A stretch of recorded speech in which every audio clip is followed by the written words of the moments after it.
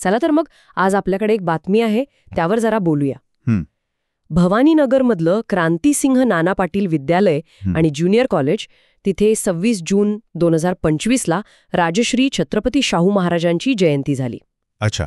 अशी ही बातमी आहे. वरवर पाहता अगदी साधी वाटते ना, एका शाळेतला कार्यक्रम. हो, पण अशा बातम्यांमध्ये सुद्धा बरेच काही दडलेलं असू शकतं. बरोबर, तेच बघायचंय आपल्याला. म्हणजे जरा खोलात जाऊन पाहूया की नाही. कार्यक्रमाचे अध्यक्ष होते प्राचार्य श्री रघुनाथ धोंडीराम पवार. हं, हे तर बातमीत आहेच, हो. पण ह्यातून शिकण्यासारखं काय आहे? म्हणजे एका शाळेच्या कार्यक्रमातून काय दिसतं आपल्याला? मला वाटतं ही गोष्ट महत्वाची आहे की शाळांमध्ये जेव्हा अशा ऐतिहासिक व्यक्तींची, विशेषतः शाहू महाराजांसारख्या म्हणजे सामाजिक क्रांती करणाऱ्या व्यक्तींची जयंती होते ना, हो, तेव्हा त्यामागे एक मोठा विचार असतो. तो फक्त सुट्टीचा दिवस किंवा असाच एक औपचारिक कार्यक्रम नसतो. नाही, अगदी नाही. म्हणजे फक्त इतिहास आठवायचा नाहीये, तर त्यातली जी मूल्ये आहेत बरोबर. ती आजच्या मुलांना कशी समजावून सांगायची, हं, हा प्रयत्न असतो. बरोबर. आणि या बातमीत मला एक गोष्ट विशेष वाटली, 5वीच्या मुलांचा सहभाग. अच्छा. हो, 5वी अ, ब, क तिन्ही तुकड्यांनी म्हणे कार्यक्रम सादर केले.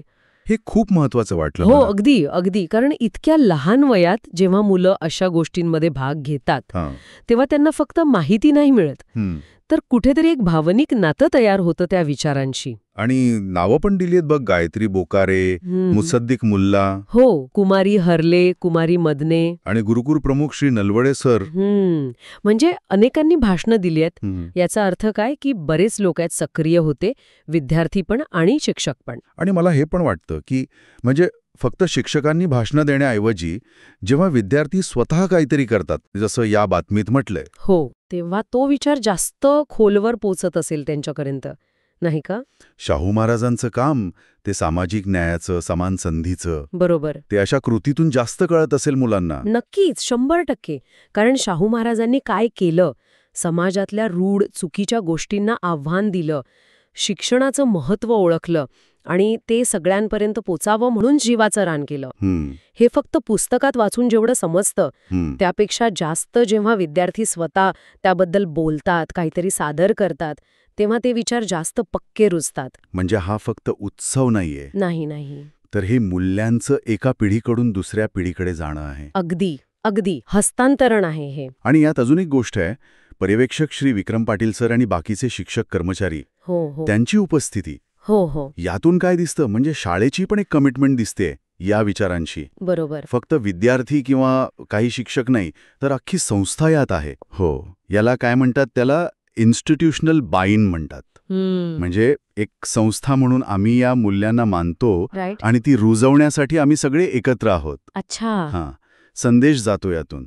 आणि बातमीतला तो शेवटचा भाग पण महत्वाचा आहे की शाहू महाराजांच्या कार्याचं स्मरण करून त्यांच्या आदर्श विचारांना उजाळा दिला. हो, हे फक्त आठवण काढणं नाहीये, ते विचार आजही महत्वाचे आहेत हे सांगण्याचा प्रयत्न आहे. तर मग एकंदरीत बघायला गेलं तर या एका छोट्या स्थानिक बातमीतून काय दिसतं आपल्याला, हं, की एका शाळेतला कार्यक्रम हा फक्त त्या दिवसापुरता नसतो, तर शाहू महाराजांसारखे जे द्रष्टे समाजसुधारक होते, त्यांचे विचार, त्यांचं काम, अगदी ते आरक्षणाचं धाडसी पाऊल असेल हो, किंवा शिक्षणासाठीचं त्यांचं योगदान, हे सगळं पुढच्या पिढीपर्यंत पोहोचवायचं हे एक महत्त्वाचं माध्यम आहे. बरोबर. आणि मग हा विचार आपल्याला एका मोठ्या प्रश्नाकडे घेऊन जातो की नाही, कसा? की अशा हजारो शाळांमध्ये असे छोटे छोटे कार्यक्रम होत असतील. होतच असणार. तर हे सगळे मिळून आपल्या समाजाची जी ऐतिहासिक जाणीव आहे, ती कशी जिवंत ठेवत असतील किंवा तिला आकार देत असतील. खरंय. आणि फक्त पाठ्यपुस्तकं नाही, तर त्याच्या पलीकडे जाऊन अशा व्यक्तींच्या कार्याचा खरा अर्थ लावणं आणि तो आजच्या काळाशी जोडणं, यात शाळांची भूमिका काय असू शकते. हां, खरंच विचार करण्यासारखे मुद्दा आहे. म्हणजे इतिहास फक्त शिकवायचा नाहीये, नाही. तर त्यातून प्रेरणा घेऊन आजच्या ज्या समस्या आहेत त्यावर विचार करायला शिकवणं, ही पण शाळांची जबाबदारी असू शकते का? अगदी, मला वाटतं हीच खरी जबाबदारी आहे. आणि शाहू महाराजांचं कार्य बघितलं तर ते नेहमीच वर्तमानाला लागू होतं. हो ना. त्यामुळे अशा कार्यक्रमांचं महत्त्व केवळ प्रतिकात्मक नाहीये, त्याचा परिणाम खूप खोलवर होऊ शकतो. बरोबर. तर जाता जाता हाच विचार करूया की स्थानिक पातळीवरचे असे प्रयत्न एकत्र येऊन किती मोठा बदल घडवू शकतात.